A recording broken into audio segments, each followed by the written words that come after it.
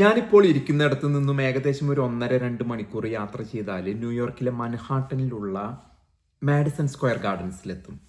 ലോകത്തിലുള്ള ഒട്ടനവധി പ്രമുഖ വ്യക്തികൾ അവിടെ ലോകത്തെ അഭിസംബോധന ചെയ്യുന്നതിന് വേണ്ടി വരുന്ന ഒരു പ്രദേശമാണ്. ഒരു ലോക ശ്രദ്ധ ആകർഷിക്കപ്പെടുന്ന ഒരു പ്രദേശമാണ് ഈ മാഡിസൺ സ്ക്വയർ ഗാർഡൻസ്. ഒരു സ്റ്റേഡിയം പോലെയുള്ള ഒരു പ്രദേശമാണ്. ഈ വരുന്ന ഓഗസ്റ്റ് 29 RSSന്റെ അധിപൻ ശ്രീമാൻ മോഹൻ ഭഗവത് ഈ മാഡിസൺ സ്ക്വയർ ഗാർഡൻസിൽ യൂണിവേഴ്സൽ വൺനെസ് സെലിബ്രേഷൻ, ലോകം മൊത്തം ഒന്നാണ് എന്നുള്ളതിൻ്റെ ഒരു ആഘോഷം ഇവിടെ വെച്ച് നടത്തപ്പെടുന്നുണ്ട്. സമ്മിശ്രമായ പ്രതികരണമാണ് ഒട്ടനവധി സ്ഥലങ്ങളിൽ നിന്നും എത്തിക്കൊണ്ടിരിക്കുന്നത്. പ്രത്യേകമായിട്ട് ഇന്ത്യൻ മുസ്ലിം കൗൺസിൽ, അതിൻ്റെ പ്രസിഡന്റ് ഇതിനെ വിമർശിച്ചിട്ടുണ്ട്. അതോടൊപ്പം നമ്മൾ ശ്രദ്ധിക്കേണ്ടത് ഹിന്ദുസ് ഫോർ ഹ്യൂമൻ റൈറ്റ്സ് എന്നൊരു പ്രസ്ഥാനം, അത് അമേരിക്കയിലാണ് സ്ഥിതി ചെയ്യുന്നത് തോന്നുന്നു. അങ്ങനെ ഞാൻ ഒട്ടനവധി ഇടങ്ങളിലെല്ലാം ഈ ഹൈന്ദവരായ സംഘടനകളടക്കമുള്ളവർ, ഹ്യൂമൻ റൈറ്റ്സിന് വേണ്ടി നിലകൊള്ളുന്നവരൊക്കെ ഇതിനെ വിമർശിക്കുകയും ഇത് മോഹൻ ഭഗവതിനെ അങ്ങനെ സ്വീകരിക്കാൻ പാടില്ല, അദ്ദേഹം വളരെയധികം രാഷ്ട്രീയ നിലപാടുകളുള്ള വ്യക്തിയാണ്, അതല്ലെങ്കിൽ ഈ ന്യൂനപക്ഷങ്ങളെ ഇന്ത്യയിൽ ഇത് ചെയ്യുന്ന വ്യക്തിത്വമാണ് അദ്ദേഹം എന്നുള്ള ഒരു ഇതിൻ്റെ പേരിലാണ് ഇങ്ങനെയുള്ള ഒരു വിമർശനം അല്ലെങ്കിൽ പ്രതിഷേധം, പ്രൊട്ടസ്റ്റ് അമേരിക്കയിൽ നടക്കുന്നത്. അതിൻ്റെ കൂട്ടത്തിൽ ന്യൂയോർക്ക് സിറ്റിയുടെ മേയർ, നമുക്കറിയാം ഏതാനും മാസങ്ങൾക്ക് മുമ്പ് ഇവിടെ തെരഞ്ഞെടുക്കപ്പെട്ട മേയർ ചെറുപ്പക്കാരനായ മംദാനി, അദ്ദേഹം ഇന്ത്യൻ വംശജനാണ്, പക്ഷെ ജനിച്ചു വളർന്നത് ഏതോ ആഫ്രിക്കൻ രാജ്യത്തിൽ മീര നായർ വഴിയും അദ്ദേഹത്തിൻ്റെ പിതാവ് എനിക്ക് തോന്നുന്നു ഏതോ ആഫ്രിക്കൻ വംശജൻ, പക്ഷെ ഇന്ത്യൻ വംശജനായ പുറം ലോകത്ത് ജീവിച്ച വ്യക്തിത്വമാണ്.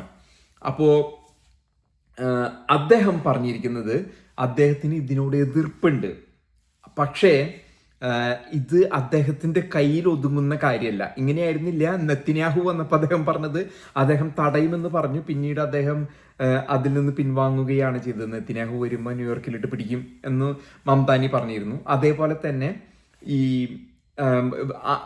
മോഹൻ ഭഗവതിന്റെ കാര്യത്തിൽ അദ്ദേഹം പറഞ്ഞത്, അദ്ദേഹത്തിന് എതിർപ്പുണ്ടെങ്കിലും അദ്ദേഹത്തിന് കേന്ദ്ര ഗവൺമെന്റിന്റെ പരിധിയിൽപ്പെടുന്ന കാര്യമായതുകൊണ്ട് അദ്ദേഹത്തിനൊന്നും ചെയ്യാൻ സാധിക്കില്ല, തടയാൻ സാധിക്കില്ല എന്നാണ് പറഞ്ഞത്. മാഡിസൺ സ്ക്വയർ ഗാർഡൻസ് ഒക്കെ ന്യൂയോർക്കിന്റെ ഏറ്റവും മധ്യത്തിലാണ് ഇരിക്കുന്ന, അദ്ദേഹത്തിന്റെ അധീനതയ്ക്ക് ഉള്ളിലിരിക്കുന്ന ഒരു പ്രദേശമാണ്. അപ്പൊ ഇതിനെക്കുറിച്ച് നമ്മൾ ഇരുഭാഗങ്ങളെയും എടുത്ത് നമ്മൾ ഇത് വിശകലനം ചെയ്യുമ്പോഴാണ് ഇതിൻ്റെ ഒരു ആകത്തുക നമുക്ക് മനസ്സിലാകുക. നമ്മൾ മനസ്സിലാക്കേണ്ട ഒരു കാര്യം, ഈ RSS എന്ന സംഘടന ഇപ്പോൾ കഴിഞ്ഞ ഏതാനും മാസങ്ങൾക്കാകും ഡിപ്പാർട്ട്മെന്റ് ഓഫ് സ്റ്റേറ്റ്, അമേരിക്കയുടെ ഡിപ്പാർട്ട്മെന്റ് ഓഫ് സ്റ്റേറ്റ് ഒരു പ്രസ്താവനയിൽ പറഞ്ഞിരുന്നു, അവിടെ RSSുമായിട്ട് ബന്ധപ്പെട്ട്, പക്ഷെ അത് അതീവ രഹസ്യമായിട്ട് മാധ്യമ ശ്രദ്ധ ക്ഷണിക്കാത്ത രീതിയിലാണ് CPC, ഇന്ത്യ എന്ന രാജ്യത്തെ കൺട്രി ഓഫ് പർട്ടിക്കുലർ കൺസേൺ എന്നാണ് പറഞ്ഞത്. ന്യൂനപക്ഷങ്ങളെ അടിച്ചമർത്തുന്നതിൽ അങ്ങനെയൊരു ഇത് ചീത്തപ്പേര് RSSനുണ്ട്. ഒപ്പം തന്നെ രാം മാധവനെ ഇവിടെ വിളിച്ചു വരുത്തി അദ്ദേഹം സ്റ്റേറ്റ് ഡിപ്പാർട്ട്മെന്റിന്റെ മുമ്പിൽ പ്രത്യക്ഷപ്പെട്ട് അവർ ഹാജരായി. അദ്ദേഹം എന്തൊക്കെയോ നിലപാടുകൾ അവിടെ സൂചിപ്പിച്ച്, എന്താന്ന് പോലും ഇപ്പോഴും പുറത്തു വരുന്നില്ല. രാം മാധവിനെ സ്റ്റേറ്റ് ഡിപ്പാർട്ട്മെന്റിൽ പോയി എന്നും അതിന്റെ മുമ്പിലുള്ള കുറച്ച് വീഡിയോസും നമുക്ക് പുറത്തു വന്ന് കണ്ടിരുന്നുവെങ്കിലും എന്താണ് സ്റ്റേറ്റ് ഡിപ്പാർട്ട്മെന്റിൽ നിന്ന്, കാരണം ഉപരോധം ഏർപ്പെടുത്തി RSSനും റോക്കിയുമെതിരെ. റിസർച്ച് ആൻഡ് അനാലിസിസ് വിങ് ഇന്ത്യയുടെ ഇന്റലിജൻസ് ഏജൻസിക്കെതിരെ ഉപരോധം ഏർപ്പെടുത്തി അമേരിക്കൻ സ്റ്റേറ്റ് ഡിപ്പാർട്ട്മെന്റ്. അതിന് കാരണമായി പറയുന്നത്, ഒന്ന് മണിപ്പൂർ കലാപം പോലെയുള്ള സംഘടനകൾ ന്യൂനപക്ഷങ്ങളെ ആക്രമിക്കുക എന്നുള്ള സംഭവവും, ഒപ്പം തന്നെ റോക്കെതിരെ പറയാനുള്ള കാരണം ബംഗ്ലാദേശികളെ എന്തോ അവരെ നാട് കടത്തി വിടുന്നതിലുമായിട്ടോ അവരെ തടയുന്നതിലുമായിട്ട് ബന്ധപ്പെട്ടായിട്ടാണ് റോയും ഈ രണ്ട് സംഘടനകളെയും അവിടെ ഈ ഉപരോധം എന്ന രീതിയിൽ ഏർപ്പെടുത്താനുള്ള സാഹചര്യം. ഇനി നമ്മൾ ഇതിൻ്റെ ഒരു ആഴത്തിലേക്ക് ചിന്തിക്കുമ്പോൾ നമുക്ക് മനസ്സിലാകുന്നത് പോലെ, ഞാൻ പലപ്പോഴും എൻ്റെ മുൻ വീഡിയോകളിൽ പറഞ്ഞിട്ടുണ്ട്, RSS എന്ന് പറഞ്ഞ സംഘടന കുറച്ചൊക്കെ ചീത്തപ്പേരിനനുസരിച്ചുള്ള കാര്യങ്ങൾ അവർ ചെയ്യുന്നുണ്ടെങ്കിലും അവരുടെ പ്രതീക്ഷയ്ക്കനുസരിച്ച് അത് അവരുടെ ചിന്തകൾക്ക് ഇതായിട്ട് അവർ ചീത്തപ്പേര് അതിലും കൂടുതൽ വരുത്തി വെക്കുന്നതിന് വേണ്ടി ഉപകരിക്കുന്നതാണ്. വാസ്തവത്തിൽ RSS നോക്കിയാൽ ഒന്നില്ലെങ്കിൽ ഈ സംഘമിത്രങ്ങളുണ്ടല്ലോ, ഹൈന്ദവ സഹോദരങ്ങൾ എന്ന് പറയാൻ പറ്റില്ല. പലപ്പോഴും ബഹുഭൂരിപക്ഷം ഹൈന്ദവ സഹോദരങ്ങളിൽ RSSുമായിട്ട് ഇത് ചെയ്യാനായിട്ട് ആഗ്രഹിക്കാത്ത ഇത് കണ്ടു. ഒരു പക്ഷേ ഒരു പരിധിവരെ RSS ഇതിനൊക്കെ കയ്യേറാൻ ശ്രമിക്കുന്നുണ്ടെങ്കിൽ ഹൈന്ദവ ആചാരങ്ങളെയും അമ്പലങ്ങളെയൊക്കെ കയ്യേറാൻ ശ്രമിക്കുന്നുണ്ടെങ്കിൽ കൂടി അതിൽ നിന്ന് അകന്നു നിൽക്കാനാണ് ഹൈന്ദവനും RSS ആയിട്ടുള്ള ആ ഒരു അകൽച്ച ഉണ്ട്. ഈ RSSനെ പറ്റി പറയുമ്പോൾ നമുക്കറിയാം, അടിയന്തരാവസ്ഥ കാലത്ത് ഇന്ദിരാഗാന്ധി ഇതിനെതിരെ ഉപരോധം ഏർപ്പെടുത്തിയിട്ടുണ്ട്. അങ്ങനെ ഒട്ടനവധി കഥകൾ RSSനുണ്ട്. അപ്പോൾ RSS ഈ ചീത്തപ്പേരുണ്ടാക്കുക ഒരു പശുവിനെയും കൊണ്ടുപോകുന്ന ട്രക്ക് ഡ്രൈവറെ പിടിച്ചിട്ടല്ല, ഒരു 5-10 ആൾക്കാർ കൂടിയിട്ട്. എന്നാൽ അതുണ്ടാക്കുന്ന ചീത്തപ്പേര്, മൊത്തം ഹൈന്ദവനുണ്ടാക്കുന്ന ചീത്തപ്പേര് എത്രയാന്ന് ചിന്തിക്കാനായിട്ട് സംഘമിത്രക്ക് അറിയില്ല. ചെയ്യുന്ന ഒരു പശുവിനെ കൊണ്ടുപോകുന്ന ലോറി ഓടിച്ച് പോകാനോ ഒരുത്തനെ പിടിച്ച് ഇടിക്കുക, കുത്ത. അപ്പം ഇതിൽ നിന്നും ഇതിൻ്റെ നേതൃത്വത്തിന് ഇത് തടയാൻ എളുപ്പമുള്ള കാര്യമാണ്. പക്ഷെ ഇതിൽ നിന്നും ഇവരുടെ വിചാരം ഭയം ഉളവാക്കി ഈ പറഞ്ഞ ന്യൂനപക്ഷങ്ങളെ ഭയത്തിൻ്റെ പേരിൽ മാറ്റി നിർത്താം, ഇവർ പിൻവാങ്ങും എന്നാണ്.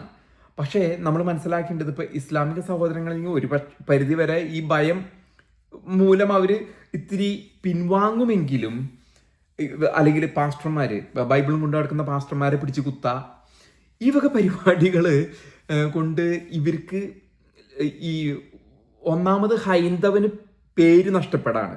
അവർക്ക് അതുകൊണ്ടൊരു ആ ഒരു ഭയം അവരിൽ ഉളവാക്കാൻ പറ്റുന്നില്ല. കാരണം ഇവർ ഇത്രയൊക്കെ തടഞ്ഞിട്ട് ഇതിലും കൂടുതൽ തടസ്സങ്ങൾ ഈ കോൺഗ്രസ് ഭരിക്കുമ്പോഴും ചെയ്തിട്ടുണ്ട്. അവിടെയും ഹിന്ദുക്കളുണ്ട് കോൺഗ്രസ്സിൽ. അവരും ഈ പറഞ്ഞ സംഘി മനോഭാവമുള്ളവർ കോൺഗ്രസ്സിലുണ്ട്. അത് ക്രിസ്ത്യാനികൾക്കും കിട്ടിയിട്ടുണ്ട്, മുസ്ലിമുകൾക്കും കിട്ടിയിട്ടുണ്ട്. പക്ഷേ ഈ പറയുന്ന RSSോ വിശ്വ ഹിന്ദു പരിഷത്തോ അവർക്ക് ഇങ്ങനെയുള്ള പ്രവൃത്തികളിൽ നിന്നും, ചെറിയ തല്ലല് കുത്തല് പരിപാടികളിൽ നിന്നും കിട്ടുന്ന ഫലത്തെക്കാളും കൂടുതൽ വലിയ ദോഷമാണ് ആഗോളതലത്തിൽ. ഇന്നിപ്പോൾ വരുന്നത് ആഗോളതലത്തിലുള്ള ഒരു പ്രോഗ്രാമിന് വേണ്ടിയാണ് മോഹൻ ഭഗവത്. ഈയിടെയായിട്ട് മോഹൻ ഭഗവത് ശ്രമിച്ചുകൊണ്ടിരിക്കുന്നത് ഒരു പേര്, ഇപ്പം CJP പാറ്റകളെ പോയി കണ്ടു, പാറ്റകൾ നമ്മുടെ പിള്ളേരാണെന്ന് വരെ പറയേണ്ട ഒരു സ്ഥിതിയിലേക്ക് അവരായിട്ട് ചർച്ച നടത്തുകയുണ്ടായി. അപ്പോൾ ഇതുകൊണ്ടുണ്ടാക്കുന്നത് വലിയ ചീത്തപ്പേര്. ഹിന്ദു എന്ന പേരിന് സ്വതവേ ലോകത്തിൽ സമാധാനത്തിൽ പോകുന്ന ഒരു മതമാണ് ഹിന്ദുമതം. അതിനുള്ള പേര്, അതുകൊണ്ടാണ് അവരുടെ ആ ഒരു വളർച്ച ആഗോള തലത്തിൽ ഇന്ന് അമേരിക്കയിലും യൂറോപ്പിലും എന്തിനു പറയുന്നത്, ഓസ്ട്രേലിയ, ഏത് ഭൂഖണ്ഡത്തിൽ പോയാലുള്ള പേര് ഒരു സമാധാന മതമാണ്. തന്നെയല്ല കഴിവുള്ള മനുഷ്യരാണ്, അതിൻ്റെ പേരിലാണ്. പക്ഷേ രാഷ്ട്രീയമായ നേതൃത്വത്തിന് അത്ര അങ്ങോട്ട് അവർക്ക് പിന്തുണ നൽകാൻ സാധിക്കുന്നില്ല. അത് ഈ ന്യൂനപക്ഷങ്ങളെ ഇന്ത്യയിലിട്ട് തല്ലി ഉണ്ടാക്കാമെന്നാണ് ഈ പറഞ്ഞ ചെറിയൊരു വിഭാഗത്തിൻ്റെ, പ്രത്യേകിച്ച് ഇന്ന് അധികാരത്തിലിരിക്കുന്നു എന്നുള്ള ഒരു ഹുങ്ക് ഇടയ്ക്ക് കാണിക്കാറുണ്ട്.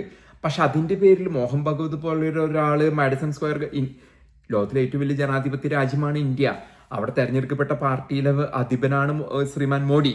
അപ്പോൾ അവിടെയുള്ള മോഹൻ ഭഗവതിന് മാഡിസൺ സ്ക്വയർ ഗാർഡൻസിൽ വന്ന് പ്രസംഗിക്കാനുള്ള ഇത് എങ്ങനെ പോയാലും ഉണ്ട്. അത് ഈ മംദാനിയുടെ പ്രത്യേക വിശ്വാസത്തിൽപ്പെട്ട, അതല്ലെങ്കിൽ മധ്യപൂർവേഷ്യയിലെ ഈ കാട്ടു ചിന്താഗതിക്കാരോ ആ സമുദായക്കാരെക്കാളും അവകാശപ്പെട്ടത് ഈ പറഞ്ഞ മോഹൻ ഭഗവതിന് തന്നെയാണ്.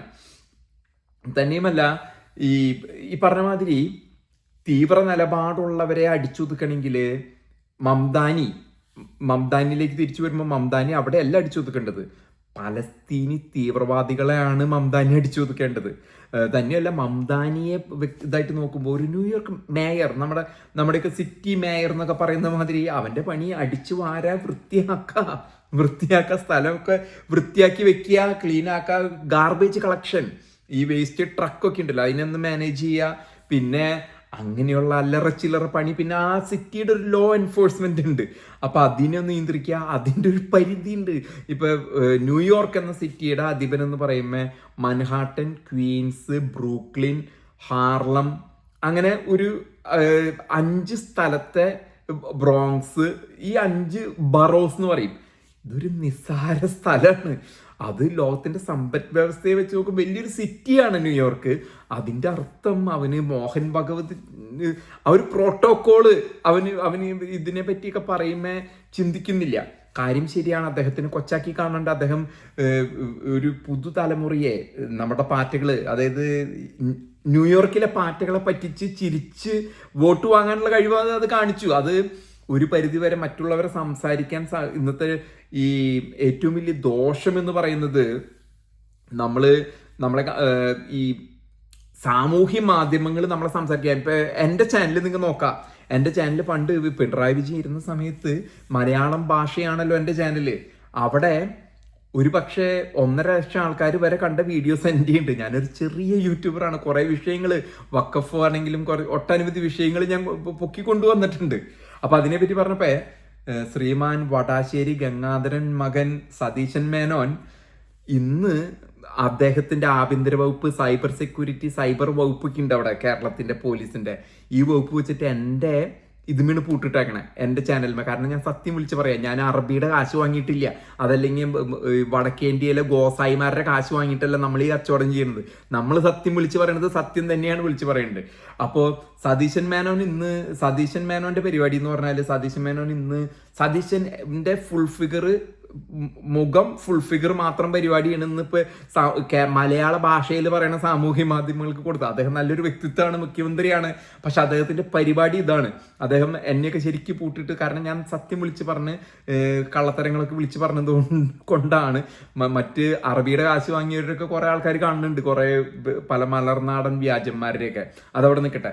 വീണ്ടും മംദാനിയിലേക്ക് വരുമ്പോൾ മംദാനിയുടെ പണി ഒരു മേയർ എന്ന നിലയിൽ ഇത്രയൊക്കെയാണ് മംദാനിയുടെ പണിയുള്ളൂ. ആ മംദാനി ഇപ്പൊ ചെയ്യുന്ന പണി മോഹൻ ഭഗവതിനെയും ബെഞ്ചമിൻ നെതന്യാഹുവിനെയൊക്കെ ഒന്ന് തടഞ്ഞു കളയാം എന്നൊക്കെയുള്ള ഒരു മോഹം ഈ മംദാനിക്കുണ്ട്.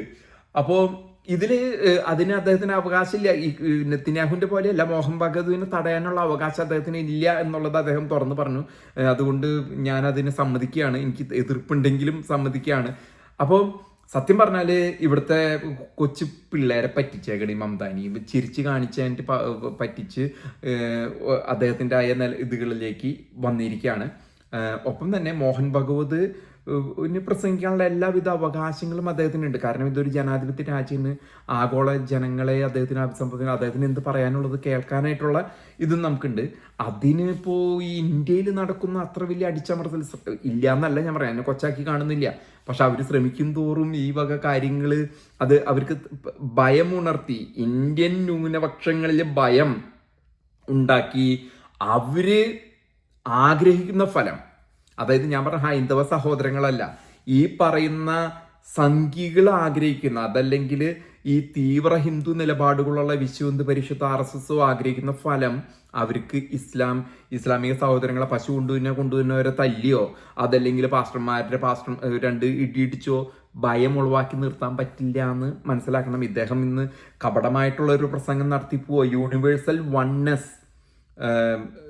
വൺനെസ് സെലിബ്രേഷൻ, ആഘോഷം, അതായത് ഈ ആഗോള ഏകത്വം അതായത് സാഹോദര്യത്തെ കുറിച്ചാണ്. അദ്ദേഹത്തിന്റെ ഒരു ഉത്സവത്തിന് വേണ്ടിയാണ് അദ്ദേഹം വരുന്നത്. നമുക്ക് നോക്കാം അദ്ദേഹത്തിന്റെ സാഹോദര്യം, അദ്ദേഹം എന്താണ് പ്രസംഗിക്കുന്നത്, അദ്ദേഹം പ്രസംഗിക്കാൻ പോകുന്നതും അദ്ദേഹത്തിന്റെ ചെയ്തികളുമായിട്ട് എന്തെങ്കിലും അടുപ്പമുണ്ടോ എന്നുള്ളത് നമുക്ക് നോക്കി കാണാം.